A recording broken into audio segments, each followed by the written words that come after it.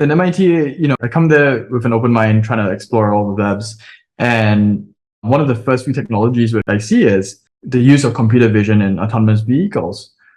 And I look at it, I'm like, this is fascinating. This technology can identify, cats, dogs, humans, cars.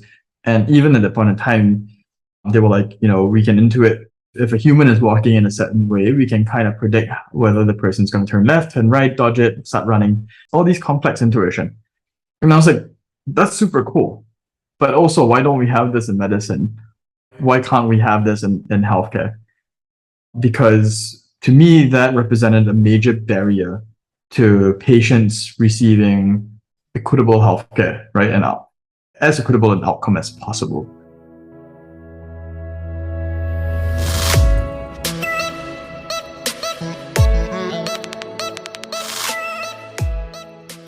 Dr. Jonathan Ng, CEO and founder of Iterative Scopes. Thank you so much for joining me on the Scope Forward show. I've been waiting to have this chat for many months now, so I'm glad that scheduled it. So let me first introduce you to our audience. So you're the CEO and founder of Iterative Scopes, a pioneer in the application of AI-based precision medicine to gastroenterology with the aim of establishing a new standard of care for the detection and ultimate treatment of GI diseases. The company is a startup that spun out of MIT, and you've recently raised $150 million in Series B financing to accelerate the development of your core algorithmic innovations. So that's exciting, and it's really wonderful. So anyway, John, welcome to the Scope Forward show.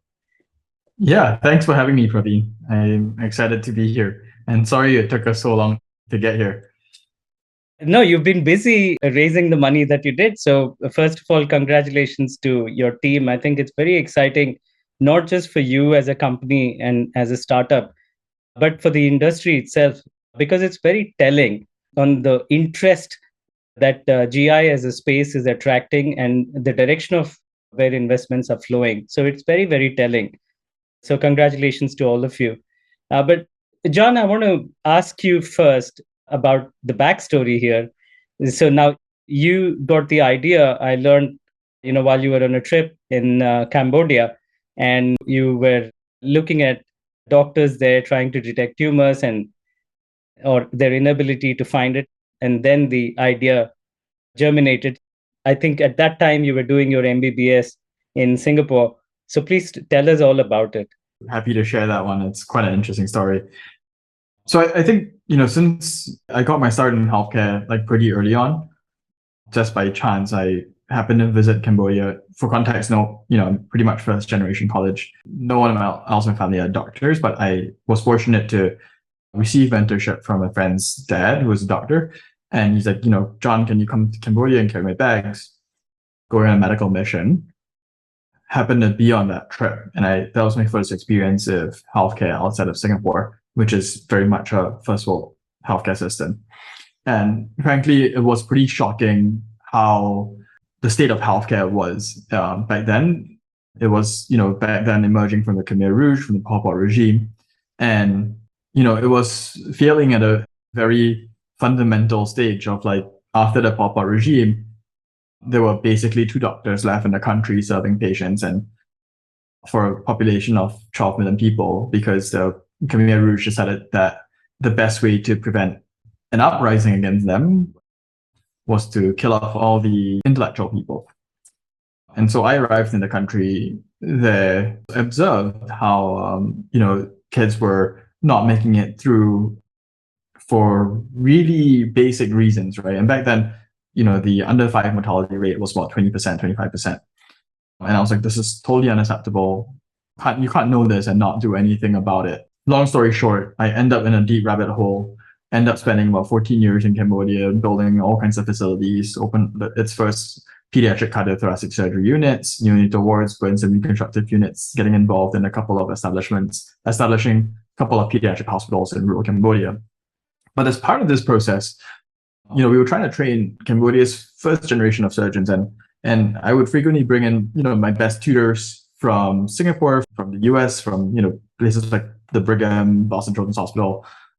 and bring them in to try and impart knowledge. And frequently we would struggle with this thing where, and this thing plays out in my mind over and over again, where I would be standing there in the operating theater, my mentor would be standing next to me, and he'd be like, "John, look at this, huge tumor." You would describe all the details to me, and and all the ways in which we could treat it. I'd be like, "Yeah, that's a massive tumor. Obviously, I'm lacking all these other details because I'm not as experienced, I'm not as good." And then there was a surgeon who was trying to train, and he would be like, "Where's the tumor?" And we were like, "Oh, damn, if you're not even seeing it, if you're not even identifying it, you can't treat it," right? And that sets off a cascade of decisions that essentially ends up with the patient receiving a very different outcome, right? There are many ways to go wrong, only one way, pretty much one way to go right, and the patient would essentially receive a very different outcome. Mm-hmm. And so, when I reached kind of like my 12, 13th year, I was by then doing a lot of regional work, and it got pretty frustrating, to be frank, in terms of my inability to feel like I was moving the needle. I felt like I was spinning in circles, right? Constantly trying to move this needle. And so I said, "Hey, I'm going to take some time off. I'm going to go back to grad school." By then I had my MBBS. I was, go to a place which essentially was very, forward thinking and very a hub for innovation. And that, what better place than MIT? So sorry, just to time this a little bit, like you were doing your MBBS and you were in Cambodia at the same time, so it was happening. Yeah, so I started working in Cambodia when I was pretty much 15 years old. Okay. So this is way before MBBS. And then I continued through military service, continued through med school, continued through medical training. So I was working in Cambodia throughout this period. Fascinating. Okay. Yeah, please continue. So now you're in MIT. And then? So in MIT, I come there with an open mind, trying to explore all the webs. And one of the first few technologies which I see is the use of computer vision in autonomous vehicles. And I look at it, I'm like, this is fascinating. This technology can identify, cats, dogs, humans, cars. And even at that point in time, they were like, we can intuit if a human is walking in a certain way, we can kind of predict whether the person's going to turn left, turn right, dodge it, start running, all these complex intuition. And I was like, that's super cool. But also, why don't we have this in medicine? Why can't we have this in healthcare? Because to me, that represented a major barrier to patients receiving equitable healthcare, right? And as equitable an outcome as possible. And that's, in a nutshell, what I've been working through or towards for the past, I'd say now 20 years now. And I was like, this feels like a big one. This feels like a big knowledge gap that, back then we were, and today still, we're trying to move medical knowledge through, medical textbooks. We know that doesn't really work. It doesn't represent real world. Because if it did, then we wouldn't need residency. We do residency, which is essentially apprenticeship, which is nearly a 1:1 teaching model, which is not scalable and doesn't really fulfill what the world needs in terms of better healthcare, more scalable healthcare. And then we also do conferences, which unfortunately I've been to a number of these, and for a good number of them, I think with the ability to educate once a year, the feedback loop isn't short enough. The examples we use aren't real world enough, and they're not really geared towards like very fundamental like questions like, is this a tumor or is this not a tumor, right? That people expect for it to be covered in medical school, but it's also, so that gap exists very much in the real world today. And I kept thinking to myself, damn, this is awesome technology that we can use. Now, I'm not a gastroenterologist by training. In fact, I was training to be a surgeon, but I kind of worked my way backwards into like fascinating technology. Where can we use this? And slowly started looking at, places which I was more familiar with in plastic surgery and orthopedics and cardiology.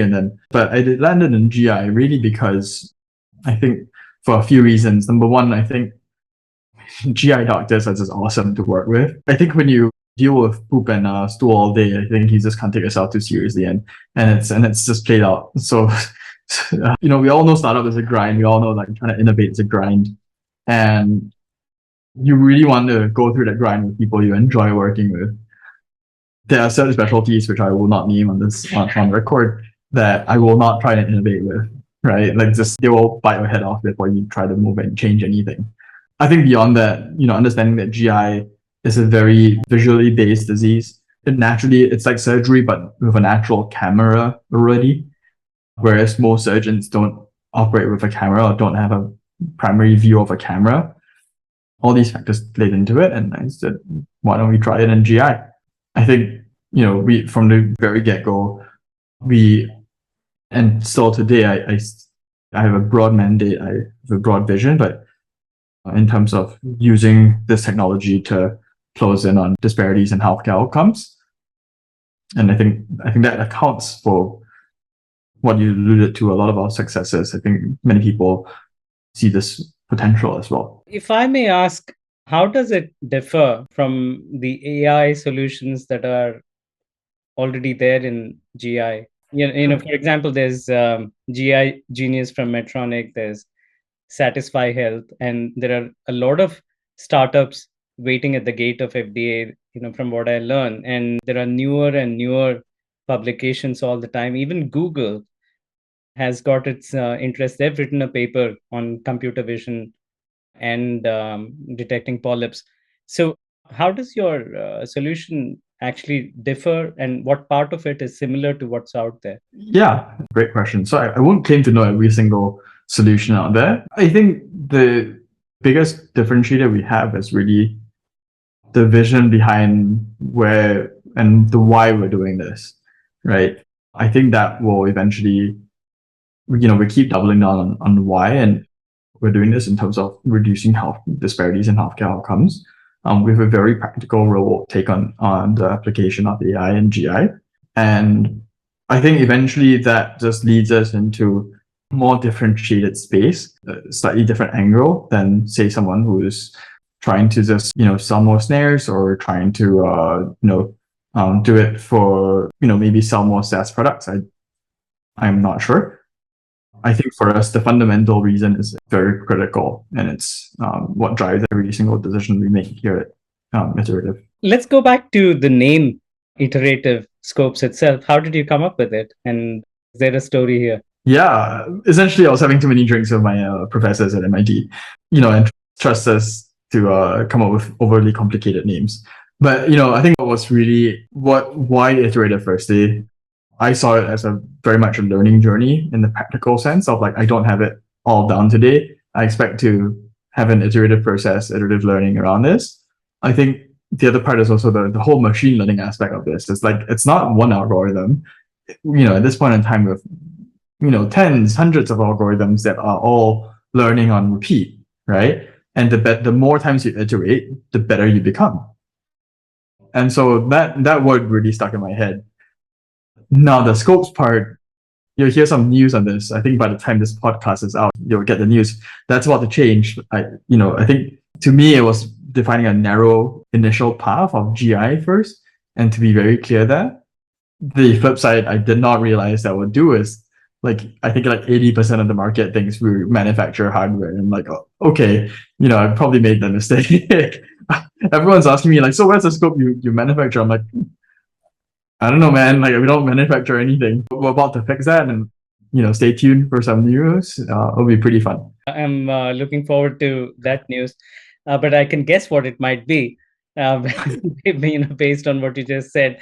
But somewhere, John, the message seems to have resonated with investors, with digital health investors. So somewhere, the community seems to have taken to your vision. Can you talk a little bit about that? You've raised a huge sum of money. I've not seen 150 million plus being raised in digital GI. I think your startup is leading that game. What attracted investors to your company? Honestly, I wish I knew. I think the breadth of the vision in terms of, and I think we have such a strong team in place right now. And I keep saying this, since early days, it's easy to mistake. Everyone has to enter the market at some point, but I think the quality of talent and the vision behind the company will eventually, define where each company goes. And I think for clarity firstly, I think the GI market is big enough to host multiple AI companies. So I always tell my folks that the competition is not really, say, GI Genius or Satisfy or any of that. It's really ourselves. It's really making sure that we do what's best for our doctors and making sure that we understand our customers as well as we should and doing the best we can for our patients. We're only fighting ourselves for this one.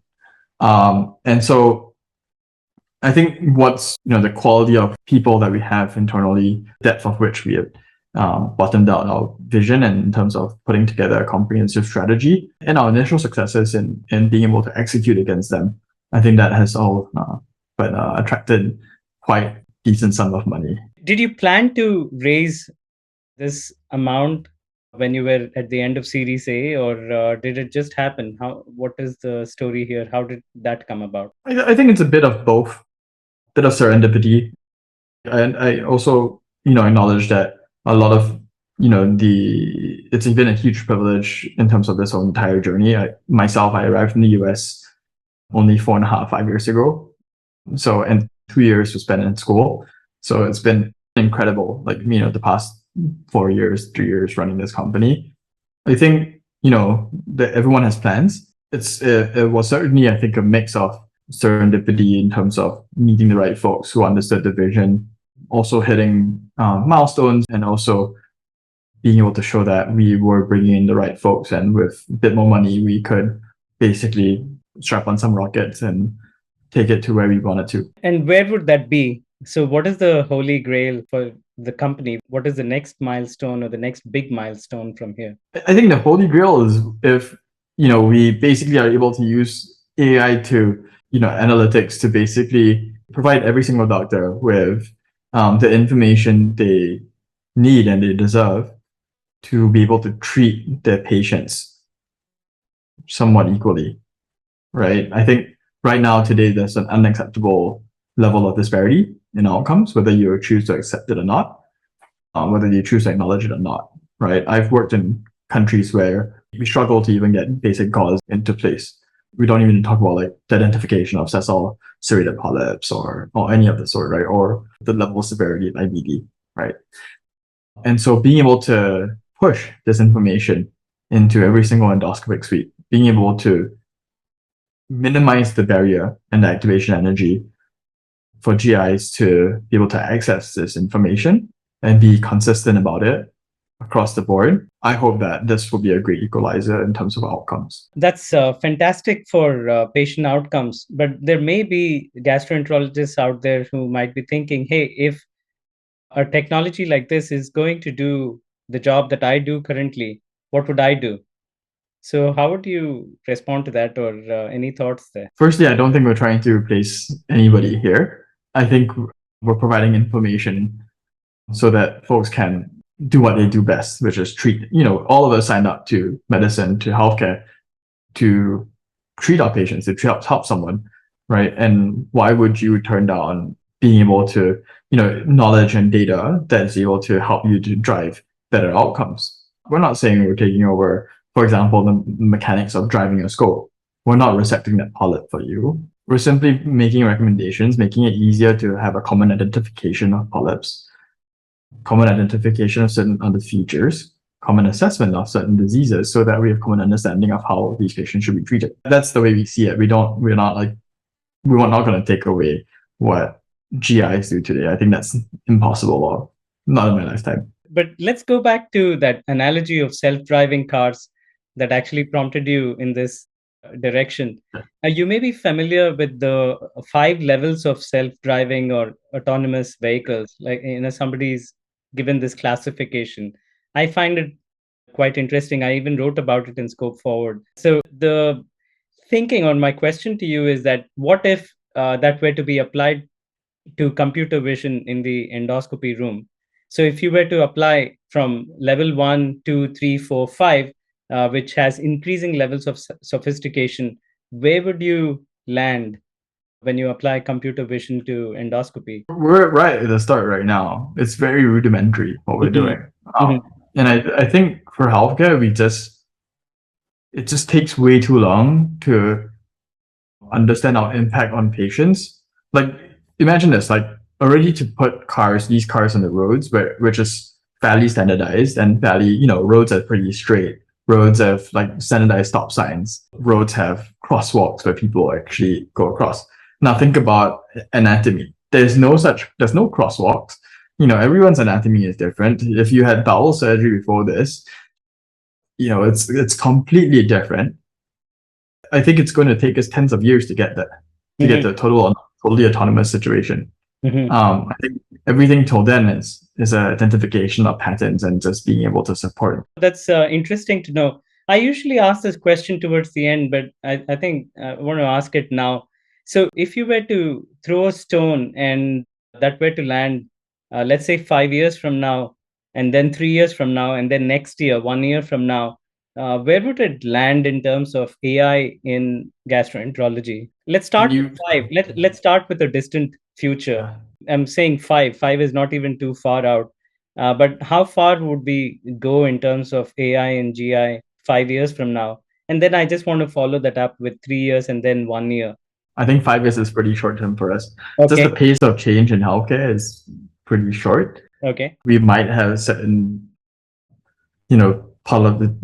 great polyp detection algorithms, great, certain features being detected, certain histologies being predicted, for example, and used in certain clinical decision making. But I suspect that's where we're going to be at in 5 years' time, and that's it. I'm pretty conservative with how fast technology moves. I know there's some visionaries out there that are like, oh, we're going to be, self-driving these scopes through a colon in 5 years' time. I think no. Then let's extend this horizon. Like, so if 5 years is short term, and that's what you're seeing, what is increased sophistication from that point of time? Let's push forward to 10 years. I think being able to, for example, ingest multiple data sources that are now becoming more and more available. So, for example, we've got all these like Guardian, or you've got Freenome and all these like liquid biopsies, for example, right? Being able to ingest from various tests and being able to risk adjust, being able to take a comprehensive view of a patient, being able to ingest various multimodal data sets to then come up with a more balanced view of a patient, more comprehensive view of a patient, will be an incredible outcome that if we can get to in 10 years' time, right? And I think that will be a great application of AI to be able to have personalized recommendations. Right now, even our colonoscopy screening recommendations are generic for the population. Folks are asking me every time, like, what age should I start scoping? And I'm like, as soon as you can afford it, you should scope. Because I have friends who have had stage 4 colorectal cancer at 35 years old, right? And I'm like, I don't know if it's not going to be you, but I certainly hope not. And the only way that it's not you is if you get a colonoscopy. So if you can afford it, go scope, please, right? I'm going to get my first colonoscope next year, right, at age 35. But instead of generic recommendations, to come up with true risk predictors, to come up with a comprehensive view of the patient so that we are able to confidently and individually make these recommendations. Because right now also the way we do healthcare, because these guidelines are so broad sweeping, it just becomes so expensive. And so there's a sweet spot where we can understand each patient, we can customize our recommendations for each patient, and then we can, in between that, apply preventative measures to just keep monitoring in between. So currently, what is the operational model? You're not yet selling in the US, are you? So we do have a product in the US. It's a bit of a patient identification algorithm, which basically identifies the right patients for the right clinical trials. It's currently working in inflammatory bowel disease. It's a pretty cool piece of technology for we've got quite a few sites deployed right now. And it's been a tremendous year for us in terms of that site deployment. And we're really excited to see what it brings in the next coming years. But you're not using the polyp detection tool in the US. That's not available in the US. So we just got cleared by the agency, and it should be commercially available pretty soon. Okay. And I'm assuming that would be next year? I believe it's very early. Yeah. Now you've raised all this money. Other than building up the leadership team, how are you deploying it? What happens over the next, let's say, 100 days and 12-month period? I mean, 100 days It's pretty much, it's too short again. Right? We don't think in that short terms, right? Again, the capital we've raised allows us to do that. So we're very, very privileged here. I think we think very much in terms of years where we want to go. I'd say we're doubling down on GI. We're not going anywhere, right? We remain extremely focused, and we're excited to engage with a broader swath of the community. For example, we've got great partners. We just announced a partnership with One GI, the One GI platform, which is they're really, really awesome people. And Ravi and Zia, we love working with them, and we want to find more partners like that, right? We want to find ways in which clinicians who are, even CEOs, administrators who are interested in moving the needle forward, not just for themselves, but for the many others in the world, to engage with us and to be able to help us understand what would make a difference to the practice and allow us to create tools against those. I think that's very much on our roadmap. Got it. And these partnerships with GI practices, it's primarily for recruiting patients for clinical trials. Is that the scope of the partnership, or is it beyond that? We've got a number of other programs as well, R&D programs. We're exploring a good number of novel endpoints and novel ways of measuring disease severities and such like that. John, the last few days, there's been a flurry of news in GI as a result of the NordICC study that was published by NEJM. And as you know, the study questioned the effectiveness of colonoscopy and linked it to deaths associated with colon cancer. What did you think of it? And what did you think of the reaction on both sides of the continent?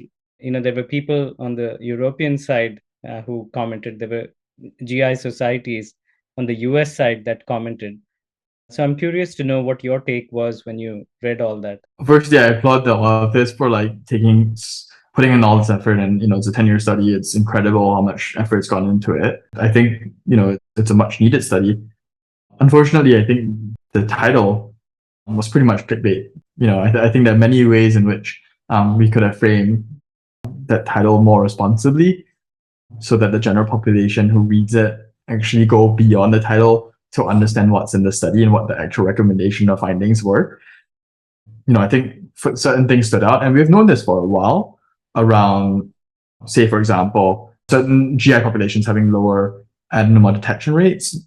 And that is, it's a key thing we're trying to address here in terms of, maybe if you have low AER rates, either we should do some population studies in your population, or perhaps they just have a lower propensity to get colorectal cancer, which I don't think is true in the Norwegian population. Or we should help them with fault detection algorithms, perhaps, and maybe start deploying some of these tools into their systems. But this is a epidemiological difference that we have known for some time. I mean, we've seen other studies, for example, done in Italy, where devices approved from Italy, for Italian studies, for example, that have a completely different patient population. We tend to be aware that these differences do present themselves.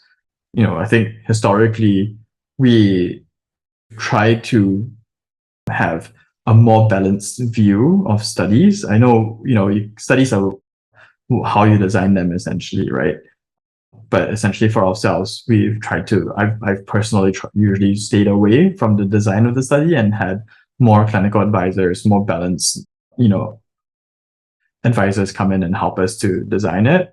So for example, in our most recent publication in gastroenterology in the front page in September, it was a 5-center RCT that was done across, it was MGH, it was a mid-sized academic hospital. Below that, there was, a large PE practice based, large PE roll-up type practice, as well as a community GI type practice. And we saw a fascinating range of outcomes. I'm sure there are reasons for that.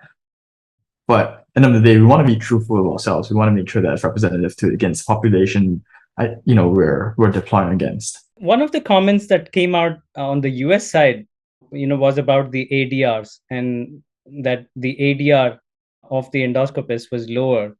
So when I read that, I was thinking, shouldn't we actually mandate using AI tools for endoscopists so that the ADR across the board reaches a certain baseline. Do you think that should happen, or is it likely to happen? Any comments? I wish it happens. It's why we are here. It's why we're present. I think it's a two-way street. I think as much as regulators and insurers and payers should regulate it into existence, into broader existence, I think the other side of this is engaging us and for us to minimize the barrier to adoption. I think a lot of AI right now in its current form would be infeasible or overly expensive for most of GI practices to adopt. And I think we as a company have a responsibility to try and, in the spirit of our mission, try and reduce or minimize this barrier to adoption. And that's what we've been working towards time and again. John, this was a great to have this conversation. I think it gave me a great perspective on how you're thinking and how the company is thinking. Is there anything else that you wanted to share? No, I mean, we're just really excited to keep innovating. We're always looking for good partners. So let us know, hit us up if you're keen to work with us, if you're keen to understand our products. And yeah, pretty much we'll keep going. Congratulations once again to you and your team. And I look forward to catching up again. Bye. Yeah, thank you. Bye.